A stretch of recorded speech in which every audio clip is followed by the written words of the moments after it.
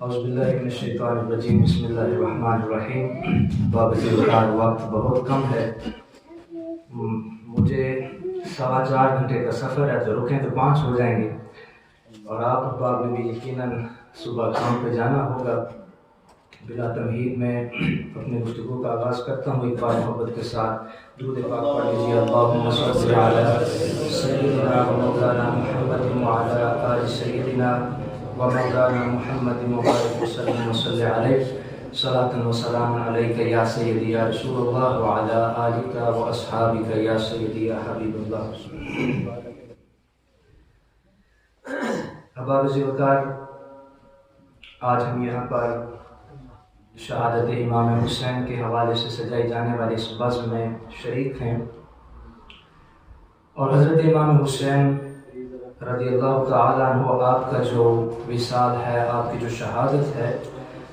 وہ 10 محرم کو ہے، جو عاشوراء کا دن ہے۔ اس دن کو اللہ تبارک و تعالیٰ کے ہاں بڑی ہی عزت اور احترام حاصل ہے، اور بڑے بڑے واقعات ہیں عظیم جو اس دن کو رونما ہوئے۔ عمدۃ القاری بخاری شریف کی غالباً سب سے بڑی شرح ہے، تقریباً 26 جلدوں کے اندر امام بدر الدین عینی حنفی رحمۃ اللہ علیہ تعالی، مصر میں آپ کا مزار ہے، انہوں نے یہ شرح لکھی ہے۔ آپ لکھتے ہیں کہ جب حضرت آدم علیہ السلام کی توبہ قبول نہیں ہو رہی تھی، صدیاں بیت گئیں، ایک عرصہ دراز گزر گیا، اللہ پاک سے بار بار معافی مانگتے کہ یا اللہ معاف فرما دے، غلطی ہو گئی، لیکن اللہ تبارک و تعالیٰ کی طرف سے جو توبہ تھی وہ قبول نہیں ہو رہی تھی۔ تو جس منزل پہ آ کر اور جتنا ہی لمبا سفر اتنے سالوں کا طے کر کے جس دن جا کے وہ توبہ قبول ہوئی، وہ 10 محرم کا دن تھا۔ آقا علیہ السلام سے سوال ہوا، یا رسول اللہ، حضرت آدم علیہ السلام کی جو توبہ تھی یہ کس وقت قبول ہوئی؟ یہ اتنا جو سفر آپ نے لمبا کیا، آخر کہاں پر کس وقت کیا ہوا کہ جا کر یہ توبہ قبول ہوئی؟ تو اللہ پاک نے قرآن پاک میں ایک آیہ کریمہ بیان فرمائی، فَتَلَقَّى آدَمُ مِن رَبِّهِ كَلِمَاتٍ فَتَابَ عَلَيْهِ۔ آدم علیہ السلام کو اللہ تبارک و تعالیٰ کی طرف سے کچھ کلمات القاء ہوئے ملے، تو آدم علیہ السلام نے جب ان کلمات کے ذریعے دعا فرمائی، اللہ پاک نے اس دعا کو قبول فرما لیا۔ اب یہاں پر مفسرین جو ہیں وہ لکھتے ہیں، اور تفسیر کی 2 قسمیں ہوتی ہیں، ایک تفسیر بالماثور ہوتی ہے اور ایک تفسیر بالمعقول ہوتی ہے۔ 2 قسم کی تفسیریں ہوتی ہیں۔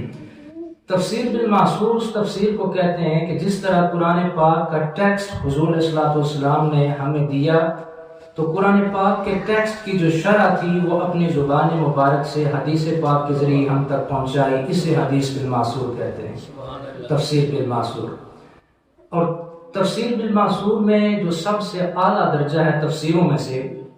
وہ حضرت امام طبری کی جو تفسیر ہے اس کا درجہ ہے، اور اس کے بعد حضرت امام جلال الدین سیوطی رحمۃ اللہ علیہ تعالیٰ کی جو تفسیر ہے اس کا درجہ ہے۔ تفسیر بالمعقول جو دوسرا حصہ ہے، یعنی تفسیر بالماثور ہو گیا حدیث مبارکہ سے، اور تفسیر بالمعقول جس پہ پورے 14 علوم کو قرآن پاک پہ اپلائی کیا جاتا ہے، جیسا کہ حضرت امام فخر الدین رازی رحمۃ اللہ علیہ تعالیٰ کی تفسیر ہے، اور اس کے علاوہ تفسیر بیضاوی جو ہے یہ بھی اسی تفسیر بالمعقول سے، حضرت امام زمخشری جار اللہ زمخشری ان کی جو تفسیر زمخشری ہے، یعنی پورے قرآن کے اوپر وہ سارے جو فنون ہیں، نحو، صرف، گرامر، ہر ایک چیز کو وہ اپلائی کرتے ہیں، عقل کو بھی۔ تو تفسیر بالماثور جو ہوتی ہے یہ اعلیٰ درجے کی تفسیر ہوتی ہے، چونکہ یہ حضور علیہ السلام کی حدیث مبارکہ سے قرآن کی تفسیر کی گئی ہے۔ اب تفسیر یہ جو آیہ کریمہ ہے، اس آیہ کریمہ کے اندر جو در منصور ہے، حضرت امام جلال الدین سیوطی رحمۃ اللہ علیہ تعالیٰ کی لکھی ہوئی تفسیر، احادیث سے قرآن پاک کی تفسیر، اس میں حضرت امام جلال الدین سیوطی فرماتے ہیں کہ یہ جو کلمات تھے وہ کلمات کیا تھے کہ جن کے ذریعے آدم علیہ السلام نے دعا کی تو اللہ کی بارگاہ میں قبول ہو گئی۔ آپ فرماتے ہیں کہ جب آدم علیہ السلام ایک عرصہ گزر گیا اور دعا قبول نہ ہوئی، تو پھر آپ نے کچھ کلمات تھے جن کے ذریعے دعا فرمائی، اور وہ کلمات کیا تھے؟ جب دعا قبول ہو گئی، اللہ پاک نے پوچھا، اے آدم، یہ کلمات تو نے کیسے لیے، کہاں سے حاصل کیے، یہ تمہارے ذہن میں یہ کیسے آیا کہ ان کے ذریعے دعا کرنی چاہیے؟ تو حضرت آدم فرمانے لگے کہ مولا، جب تو نے میرے اندر روح پھونکی، روح پھونکنے کے بعد جب میں نے اوپر کی طرف دیکھا تو مجھے 5 روشنیاں نظر آئی۔ اور بھی روایات موجود ہیں، ایک روشنی کی حضور علیہ السلام کی، باقی روایات بھی موجود ہیں۔ یہ جو روایت میں پڑھ رہا ہوں، حوالہ میں نے دے دیا ہے۔ آپ نے فرمایا کہ اے اللہ، میں نے جب آنکھ کھولی، اوپر کی طرف نظر پڑی تو میں نے 5 روشنیاں دیکھی۔ میں نے پوچھا کہ اے فرشتوں، یہ روشنیاں کیسی ہیں؟ مجھے بتایا گیا ان میں سے ایک روشنی حضرت امام حسن کی ہے، ایک روشنی حضرت امام حسین کی ہے، ایک روشنی حضرت فاطمہ الزہرا رضی اللہ تعالی عنہا کی ہے، ایک روشنی حضرت علی کرم اللہ وجہہ الکریم کی ہے، اور ایک روشنی آقا علیہ الصلوۃ والسلام کے نور کی روشنی ہے۔ تو اے آدم، جب اللہ پاک فرمانے لگے، اے آدم، جب تو نے ان 5 ناموں کے ذریعے مجھ سے دعا مانگی تو میں نے تو کائنات کو بنایا ہی ان 5 کے لیے ہے، کیسے ممکن تھا کہ تیری دعا کو قبول نہ کرتا؟ بیدم نے کہا تھا کہ بیدم، یہی تو 5 ہیں مقصود کائنات، بیدم یہی تو 5 ہیں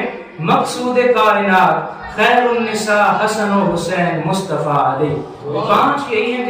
جن کی وجہ سے اللہ تبارک و تعالیٰ نے اس ساری کی ساری کائنات کو بنایا۔ اور حضرت مجدد الفسانی رحمۃ اللہ علیہ تعالی شیخ احمد سرہندی اپنے مکتوبات میں مکتوب نمبر لیٹر نمبر 123 اور جلد نمبر 3 میں فرماتے ہیں کہ پرانی امتوں میں بھی اور جو بھی قیامت تک آئے گا، حضور علیہ السلام کی امت میں بھی، اللہ پاک نے جس بھی بندے کو ولایت دی ہے، جو بھی بندہ ولی بنا، وہ اس وقت ولی بنا جب ان 5 لوگوں کی مہر جا کے اس کے اوپر۔ قیامت تک جو بھی آئے گا، اگر حضرت علی رضی اللہ یہ 5 تن پاک کا منکر ہے، اہل کساء کا منکر ہے، تو یہ نہیں ہو سکتا کہ خدا کا ولی ہو جتنا مرضی دعوے کرتا پھرے۔ اللہ پاک نے قرآن پاک میں فرمایا کنتم خیر امت اخرجت للناس، کہ تم وہ امت ہو جسے لوگوں کے لیے بھیجا گیا، اخرجت نکالا گیا، بھیجا گیا، للناس لوگوں کے لیے۔ اب یہاں پر گرامر کے اعتبار سے دیکھیں تو للناس،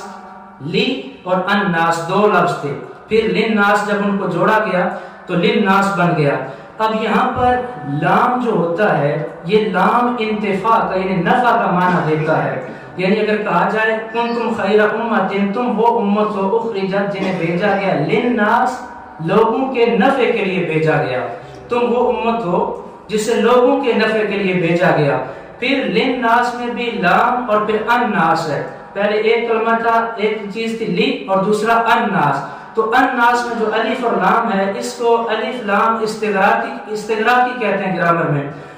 استغراقی الف لام وہ ہوتا ہے جس میں سارے کا ساری چیزیں شامل ہو جائیں۔ تو اللہ پاک نے جب فرمایا کہ کنتم خیر امہ، تم وہ امت ہو اخرجت جسے بھیجا گیا، للناس سارے کے سارے لوگوں کے نفع کے لیے، تو سارے لوگوں میں آدم علیہ السلام سے لے کر قیامت تک ہر آنے والا بندہ آ جاتا ہے۔ اب بندے کے ذہن میں یہاں سوال آتا ہے کہ اللہ پاک نے یہ تو کہہ دیا کہ ہر بندے کے نفع کے لیے بھیجا گیا، تو حضور صلی اللہ علیہ وسلم کی امت تو بعد میں آئی، جو پہلے والے تھے ان کا نفع کیسے ہو گیا؟ آدم علیہ السلام سے لے کر نیچے تک حضرت عیسیٰ علیہ السلام اور آپ کے امتیوں تک کا نفع کیسے ہوا؟ تو یہاں پر جب پھر اسی پہلی حدیث مبارکہ کی طرف نظر دوڑائی جائے تو پتہ چلتا ہے کہ جب آدم علیہ السلام کی توبہ ان 5 ناموں کے ذریعے قبول ہوئی،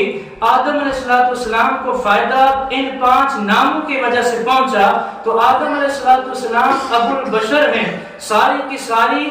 کائنات، ساری کی ساری جو انسانیت ہے اس کے باپ ہیں، تو جب کا انسانیت کے باپ کو نفع پہنچ جائے تو نیچے اولاد کو خود بخود نفع پہنچ جائے۔ نعرہ تکبیر، نعرہ رسالت،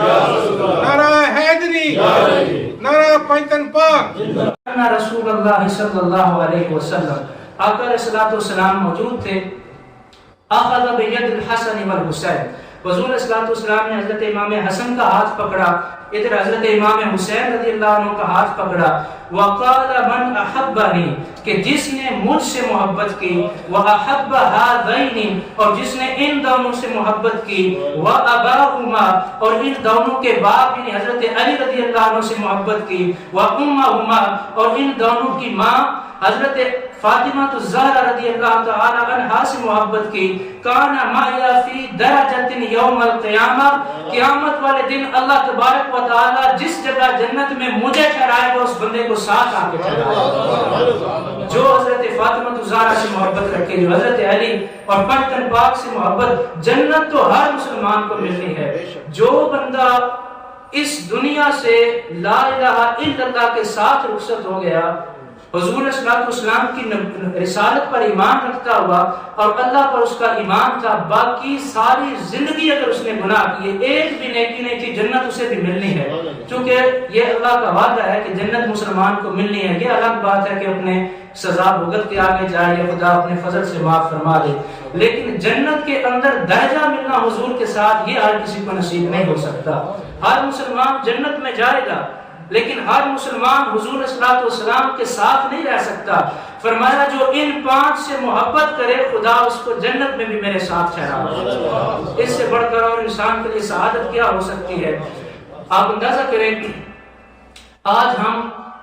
کہتے ہیں کہ سر پہ رکھنے کے جو مل جائے نال پاک حضور، تو سمجھیں گے کہ تاجدار ہم بھی ہیں، تاجور ہم بھی ہیں، کہ حضور صلی اللہ علیہ وسلم کا نقش ہے جو نالین کا، وہ بھی اگر مل جائے تو ہم سمجھیں گے کہ ہم ہی سارے جناب بادشاہ ہیں، ہمارے پاس دنیا کا سب کچھ موجود ہے، دنیا میں جو کچھ موجود ہے ہمارا ہی ہے۔ یہ اتنی بڑی سعادت کی بات ہے ہمارے لیے۔ تو حضور صلی اللہ علیہ وسلم کے پاؤں مبارک کے ساتھ لگنے والا چمڑا، اس کا اگر نقش، اس کا فوٹو اگر اتنا مبارک ہے کہ ہمیں سر پہ رکھنے کو مل جائے تو ہم یہ سمجھیں کہ سب کچھ ہمارا ہی ہے۔ اور جو شخص حضور صلی اللہ علیہ وسلم کے شانوں پہ سواری کرتا رہا، جو شخص حضور صلی اللہ علیہ وسلم کی گود میں کھیلتا رہا، جو شخص آقا علیہ الصلوۃ والسلام کے مبارک بوسے لیتا رہا، جسے آقا علیہ الصلوۃ والسلام نے نماز کے اوپر کندھوں پہ بٹھا کے رکھا، جسے آقا علیہ الصلوۃ والسلام نے مدینہ کی گلیوں میں اپنے کندھوں پر بٹھا کے سواری کرائی، جس کے بارے میں حضور صلی اللہ علیہ وسلم فرمائے کہ اس سے بہتر سوار کون ہے، جس کے بارے میں حضور صلی اللہ علیہ وسلم فرمائے کہ مجھ سے ہے، میں اس سے ہوں، جس کے بارے میں حضور فرمائے کہ یہ جنت کے جوانوں کا سردار ہے، جب اس کی باری آئے تو کوئی کہنے والا یہ کہہ دے کہ حسین بھی باقی امتیوں کی طرح ایک امتی ہے، اور یزید جیسے شخص کے ساتھ کمپیئر کرنا شروع کر دے، وہ یزید کہ جس نے سن 61 ہجری میں کربلا کا واقعہ پیش آیا، سن 63 ہجری میں یزید نے مدینہ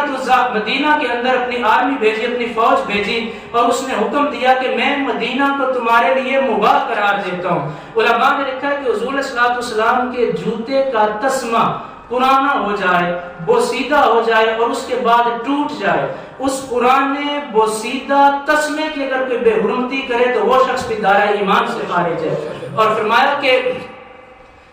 اس نے کہا کہ حضور صلی اللہ علیہ وسلم کے مدینے میں جاؤ، میں تمہارے لیے مباح قرار دیتا ہوں۔ حضور صلی اللہ علیہ وسلم نے جس کو حرم بنایا، جس میں آپ جانور کو نہیں مار سکتے، آقا نے فرمایا کسی درندے کو بھی تم بہکا نہیں سکتے،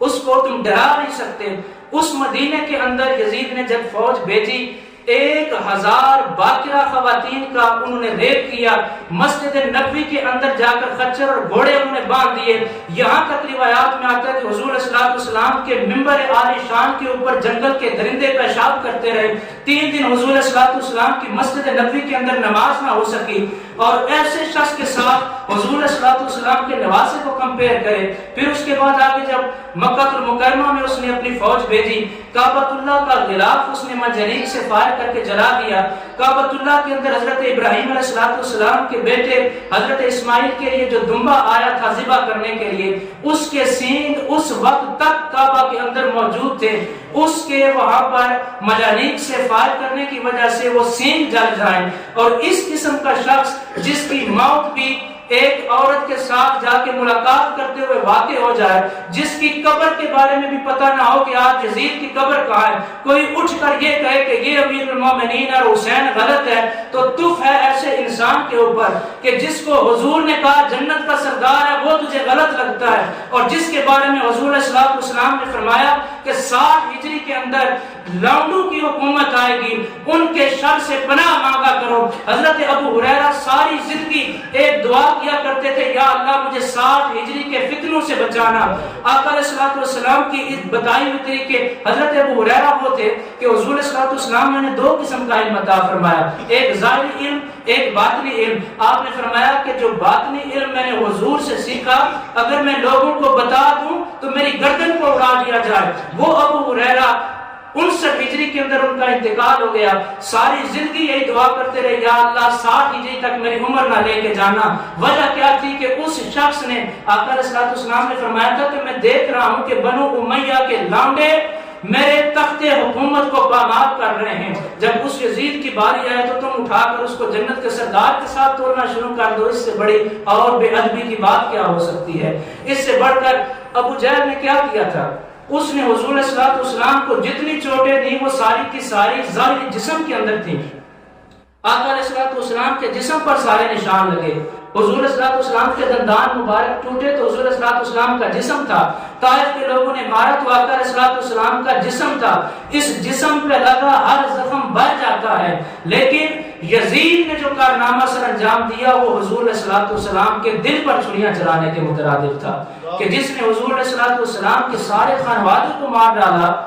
جس نے حضور علیہ الصلوۃ والسلام کے سارے ننھے ننھے معصوم بچوں کا خون کرا ڈالا, اس بندے کے بارے میں اگر کوئی بندہ اٹھ کے کہنا شروع کر دے کہ یہ امیر المومنین اور حسین غلط تھا, جنہوں نے اپنی زندگیاں دے ڈالی, جنہوں نے آقا جن کے بارے میں حضور علیہ الصلوۃ والسلام کے فرامین موجود ہیں کہ یہ ایسے لوگ ہیں, جن کے بارے میں قرآن کہہ ڈالے کہ قرآن نے انہیں پاک کر دیا ہے, جن کے بارے میں قرآن کہے کہ اے محبوب امت سے کہہ دو کہ میں تم سے کوئی اجر نہیں مانگتا لیکن میرے ان اہل بیت کے ساتھ اچھا سلوک کرنا. تو کوئی بندہ کس طرح کمپیئر کر سکتا ہے یزید کے ساتھ؟ یزید کی شخصیت اور حضرت امام حسین کی شخصیت میں زمین و آسمان کا فرق ہے. اگر کوئی بندہ اس کو اپنے ایمان کی فکر کرنی چاہیے کہ کس طریقے سے وہ یزید کو صحیح کہنے کے اوپر تلا ہوا ہے. اور آج لوگ کہتے ہیں کہ ہمیں کیا ضرورت پڑی ہے کہ ہم ذکر کریں حضرت امام حسین کا یا حضرت امام حسن کا, ہمیں کیا ضرورت پڑی ہے کہ ذکر کریں فاطمہ الزہرا رضی اللہ عنہا کا یا حضرت علی کا. خدا کا ذکر کرو. ارے خدا نے تو حکم دیا ہے کہ ان کا ذکر کرو. خدا خود فرماتا ہے قرآن پاک کے اندر کہ میرے بندوں کا, نیک بندے جو ہیں ان کا ذکر کرو. اللہ پاک قرآن پاک میں فرماتا ہے وَاذْكُرْ عِبَادَنَا إِبْرَاهِيمَ وَإِسْحَاقَ وَيَعْقُوبَ أُولِي الْأَيْدِ وَالْأَبْصَارِ, کہ اے لوگو میرے اسماعیل کا بھی ذکر کرو, میرے ابراہیم کا ذکر کرو, میرے اسحاق کا ذکر کرو, میرے یعقوب کا ذکر کرو, اس وجہ سے کہ بڑی قوت والے اور بڑی نظر والے لوگ تھے. قرآن فرماتا ہے وَاذْكُرْ فِي الْكِتَابِ إِسْمَاعِيلَ إِنَّهُ كَانَ صَادِقَ الْوَعْدِ وَكَانَ رَسُولًا نَبِيًّا. میرے اسماعیل کا بھی ذکر کرو. وجہ کیا ہے کہ وہ اپنے وعدوں کو پورا کرنے والے تھے اور اللہ کے رسول اور نبی تھے. قرآن فرماتا ہے وَاذْكُرْ فِي الْكِتَابِ إِدْرِيسَ إِنَّهُ كَانَ صِدِّيقًا نَبِيًّا. میرے ادریس کا ذکر کرو اس وجہ سے کہ وہ نبیوں میں سے تھے. اور اللہ پاک نے صرف یہ نہیں کہا کہ ان کا ذکر کرو, جو ان کے مقابلے میں آیا اس کا بھی ذکر کیا, اور جو ان پر نعمتیں ہوئیں ان کا بھی ذکر کیا. فرمایا وَإِذْ نَجَّيْنَاكُم مِّنْ آلِ فِرْعَوْنَ يَسُومُونَكُمْ سُوءَ الْعَذَابِ يُذَبِّحُونَ أَبْنَاءَكُمْ وَيَسْتَحْيُونَ نِسَاءَكُمْ, کہ یاد کرو اس وقت کو کہ جب فرعون تمہارے بیٹوں کو ذبح کر دیتا, بیٹیوں کو زندہ کر دیتا, کتنا دردناک عذاب تمہیں دیتا تھا, ہم نے تمہیں اس سے نجات عطا فرمائی. پھر اللہ نے فرمایا وَظَلَّلْنَا عَلَيْكُمُ الْغَمَامَ وَأَنزَلْنَا عَلَيْكُمُ الْمَنَّ وَالسَّلْوَىٰ. ہم نے تمہارے اوپر بادلوں کا سایہ کر ڈالا, ہم نے تمہیں من و سلوہ جیسی نعمتیں عطا فرمائی. تو اب قرآن پاک یہ تو نہیں کہہ سکتا تھا حضور علیہ الصلوۃ والسلام کے بعد قرآن تو آنا بند ہو گیا, اب قرآن نے مزید نہیں آنا تھا. اس نے ایک اسلوب دے دیا کہ قیامت تک جو بھی میرے نام کا چرچا کرے, میرے دین کے لیے قربانیاں دے, تم قیامت تک اس کا چرچا کرتے رہو. اب ایسا نہیں ہو سکتا کہ دوبارہ آ کے اللہ کی آیت اترے حضور کے بعد, لیکن قرآن کا جو اسلوب تھا وہ اس نے بتا دیا کہ یہ میرا اسلوب ہے, جو بھی میرے بندوں کا ذکر کرے گا, جو بھی میرے نیک بندے, اللہ پاک فرماتا ہے کونوا مع الصادقین, میرے سچے بندوں کے ساتھ ہو جاؤ, کونوا مع الصالحین, میرے نیک لوگوں کے ساتھ ہو جاؤ. اب اللہ نے نام تو نہیں لینا تھا کہ داتا صاحب کے ساتھ ہو جاؤ, حضور غوث پاک کے ساتھ ہو جاؤ, یہ تو تھے ہی بعد میں. اللہ نے جو اسلوب بیان کر دیا, اگر اس اسلوب کو سامنے رکھو گے تو قیامت تک اللہ تبارک و تعالیٰ کے جتنے بھی بندے ہیں ان نیک لوگوں کا ذکر کرنا باعث سعادت نہیں بلکہ ہمارے اوپر فرض و واجب کے درجے پر ہے. اب اللہ پاک نے اسماعیل علیہ السلام کا جو تذکرہ کیا، وقت بہت کم ہے، 10 منٹ ہے میرے پاس۔ اللہ پاک نے جو اسماعیل علیہ السلام کا تذکرہ کیا قرآن پاک میں، آپ دیکھیں کہ حضرت اسماعیل علیہ السلام حضرت ابراہیم کو خواب میں انہوں نے آواز سنی۔ حضرت ابراہیم علیہ السلام جاتے ہیں اپنے بیٹے اسماعیل کو خواب سناتے ہیں، اے بیٹے اللہ کا یہ حکم ہے۔ بیٹا آگے سے کہتا ہے ابا جی اگر اللہ کا حکم ہے تو اس حکم کو کر گزریے۔ حضرت اسماعیل، یہ سارا واقعہ قرآن پاک کہہ رہا ہے۔ حضرت ابراہیم علیہ السلام بیٹے کو ساتھ لے کے چلتے ہیں، آگے راستے میں جاتے جاتے شیطان آتا ہے، کنکریاں مارتے ہیں، آگے لے جاتے ہیں، وہاں جا کر لٹاتے ہیں۔ قرآن کہتا ہے کہ بیٹے کو اس طرح لٹایا، زمین ادھر تھی ادھر تھی، ہر ایک چیز، پھر بیٹے کے گلے پر چھری چلائی۔ اب بتا پوچھے کہ قرآن پاک ہمیں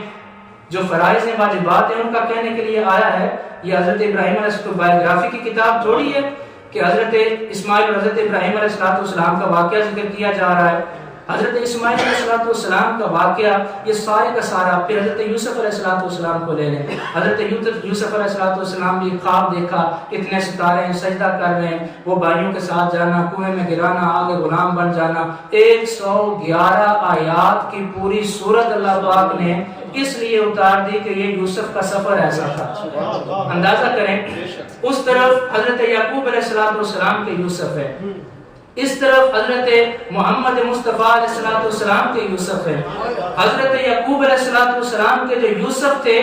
وہ شہید نہیں ہوئے، انہیں تو بادشاہت مل گئی تھی، انہوں نے قربانیاں دیں، تکالیف سے گزرے، لیکن رب نے بادشاہت عطا فرما دی۔ رب قرآن پاک میں فرماتا ہے کہ میرے یعقوب کا رو رو کے برا حال ہو گیا، صرف یوسف علیحدہ ہوئے، میرا یعقوب رو رو کے آنکھوں کی بصارت کھو بیٹھا۔ ادھر حضور علیہ السلام کے یوسف ہیں، حضرت محمد مصطفیٰ کے یوسف ہیں، حضرت امام حسین کو گم نہیں ہوئے، حضرت امام حسین کے اوپر صرف مصیبت نہیں آئی بلکہ حضرت امام حسین مدینہ سے مکہ، مکہ سے کربلا تک کا سارا سفر اپنے ساتھ، اپنے چھوٹے چھوٹے بچے بھی ساتھ، کربلا کے میدان میں آ کر جب حضرت امام عالی مقام نے اللہ کے دین کی سربلندی کے لیے اپنے 72 افراد، اپنا 6 ماہ کا بیٹا بھی شہید کرا کر اور اپنا سر سجدے میں رکھ کر کٹا کر یہ بات ثابت کر دی کہ شاہ است حسین، بادشاہ است حسین، دی است حسین، دی پناہ است حسین، سرداد ناداد، دست در دست یزید، حقا کے بنا لا الہ ہست حسین۔ نعرہ تکبیر، اللہ اکبر، رسالہ، یا رسول اللہ، حیدری، یا علی، حسینیت زندہ باد۔ اب آپ لوگوں کو دیکھیں تو 2-3 قسم کے لوگ ہیں۔ ایک وہ ہیں کہ جہاں پر صرف علی علی علی علی ہوگی اور قرآن کے ساتھ ان کا کوئی ربط نہیں ہے، صرف علی علی علی، مسجد میں علی، گلی میں علی، گھر پہ علی، لیکن قرآن کے ساتھ کوئی رشتہ نہیں ہے۔ ایک وہ ہیں کہ جن کا قرآن کے ساتھ رشتہ بڑا مضبوط ہے، لیکن حضرت علی رضی اللہ عنہ کا نعرہ لگا کے ان کی مسجد سے بندہ زندہ نہیں نکل سکتا، کوئی یا ٹانگ بازو توڑ کے نکلے گا، سلامت واپس نہیں آ سکتا۔ ایک وہ ہیں کہ جن کے ہاں قرآن بھی پڑھا جاتا ہے، جن کے ہاں حدیث پاک بھی پڑھی جاتی ہے، جن کے ہاں اہل بیت کی بھی محبت موجود ہے، جن کے ہاں صحابہ کی بھی محبت موجود ہے، جن کے ہاں اولیاء اللہ کی بھی محبت موجود ہے۔ آقا علیہ السلام نے وہ جو حدیث پاک میں نے پہلے چھوڑی تھی نماز سے پہلے، حضور علیہ السلام نے فرمایا تھا کہ میری اہل بیت اور قرآن یہ دونوں چیزیں ایک دوسرے سے علیحدہ نہیں ہو سکتی۔ اب ان دونوں کے ساتھ جو جڑ جائے گا اللہ تبارک و تعالیٰ پھر اسے بھی وہاں پر پہنچا دے گا جہاں میں موجود ہوں گا۔ اور اس کے علاوہ باقی جتنے بھی، چاہے وہ فرقے ہوں، چاہے وہ نام کوئی بھی ہو، جیسی بھی چیز ہو، اللہ پاک کی نظر میں ایسے بندوں کی کوئی وقت نہیں ہے۔ اللہ تبارک و تعالیٰ میں حضرت ایک حدیث پاک پڑھ کے میں یہاں سے اجازت چاہتا ہوں آپ سے۔ آقا علیہ السلام نے فرمایا اگر کوئی شخص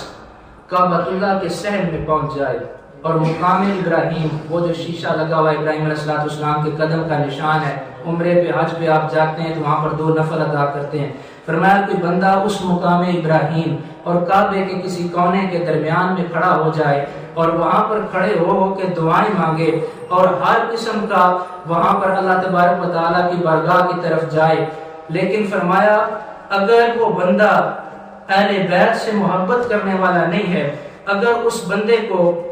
آقا علیہ الصلوۃ والسلام کے اہل بیت کے ساتھ محبت نہیں ہے تو فرمایا وہ بندہ قیامت والے دن میری شفاعت کا مستحق نہیں ہو سکتا. چاہے کعبۃ اللہ کے سین میں کھڑا ہو کر کیوں نہ روتا پھرے, کعبے کی چادروں کو پکڑ کر کیوں نہ روتا پھرے. فرمایا اگر مجھ سے توسل کی تمنا رکھتا ہے اور یہ چاہتا ہے کہ قیامت والے دن میری شفاعت اس کو نصیب ہو تو اسے چاہیے کہ وہ میرے اہل بیت کی نیاز مندی کرے اور ان کو ہمیشہ خوش رکھے. آج اہل بیت تو موجود نہیں ہیں لیکن ہم ان کا ذکر کر کے تو آج ہمارے کوئی دادا پردادا لکڑ دادا پر کوئی لوا دادا بھی ہو تو اس کا بھی ذکر کرے نا کہ میں فرض کرے کیا دی بھائی میں مغل بادشاہوں کی اولاد میں سے ہوں, فلاں میرا جو ہے وہ اوپر سے نسل میں آتا ہے, تو ہم خوشی سے جناب پھول جائیں گے کہ ہاں جی وہ میری اوپر سے جد میں سے تھا. ہمارے نیچے کوئی پوتا ہے, پڑپوتا ہے, بیٹا ہے, جہان کا اس کے اندر برائی پائی جاتی ہے, جہان کی برائی. لیکن اگر کسی بندے کو ایسے اس نے پکڑ کر روڈ کراس کرا دی اور اس نے آ کے آپ سے ذکر کیا کہ آپ کا بیٹے نے جناب مجھے روڈ کراس کر دی, آپ کا سینہ پھول جائے گا خوشی سے کہ یار اس نے اتنا اچھا کام کیا ہے, اور آپ کا بیٹا یہ چھوٹا سا کام کر ڈالے, ہمارا سینہ خوشی سے پھول جائے. اور جو کربلا کے اندر اپنے بیٹوں, اپنے بھتیجوں, اپنے جو بھانجے ہیں ان کو شہید کرا ڈالے, چھوٹے چھوٹے بچوں کو ان کا بھی خون ہو جائے وہاں کے اندر, اس طرح کی جو قربانی دے ڈالے اور سر سجدے میں ہو. حضرت امام حسین نے جب پہلا سجدہ کیا نا, جمعہ کی نماز کا وقت تھا, جب پہلا سجدے میں سر رکھا تو اوپر سے تلوار آئی اور آپ کا سر مبارک جو قلم کر دیا گیا. جب سر کو نیزے کے اوپر اس طرح اٹھایا گیا تو سر جو تھا وہ روایات میں آتا ہے کہ نیچے کی طرف اس طرح دیکھ رہا تھا. اب یہاں پر اہل محبت نے لکھا, انہوں نے کہا کہ حضرت امام حسین کا سر یوں تو سب سے بلند تھا, وہ جتنے یزیدی تھے چونکہ نیزہ تو ان کے ہاتھ میں تھا, ان کے سر نیچے تھے, امام علی مقام کا سر بلند تھا لیکن وہ نیچے کی طرف جھکا ہوا تھا. وہ اس وجہ سے مولا ہر رکعت کے اندر 2 سجدے ہوتے ہیں, تیرے حسین نے پہلا سجدہ تو کر لیا, دوسرے کی بھی طرف باقی ہے. آج اپنا اندازہ کریں کہ ہم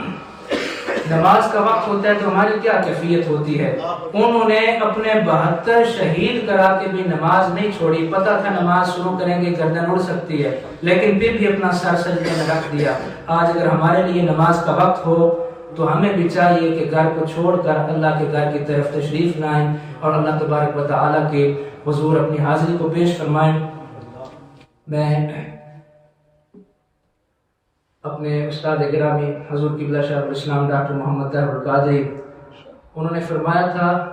لوگ کہتے ہیں نا اہل بیت کا ذکر کس لیے کریں. آپ نے فرمایا کہ اگر اہل بیت کا ذکر اور حضرت امام حسین کا ذکر ضروری نہیں تو پھر حضور کی امت میں کسی کا بھی ذکر ضروری ہے. نہ اپنے بیٹے کا ذکر ضروری ہے, نہ کسی باپ دادا کا ذکر ضروری ہے. اور اہل بیت کی محبت کے اندر یہ جو 5 طنز جنہیں ہم اپنی زبان میں کہتے ہیں, آپ نے اس کے اوپر تقریباً 30 کتب جو ہے وہ لکھی ہیں, جس میں الحمدللہ 16 کتب میں نے خود پڑھی ہیں.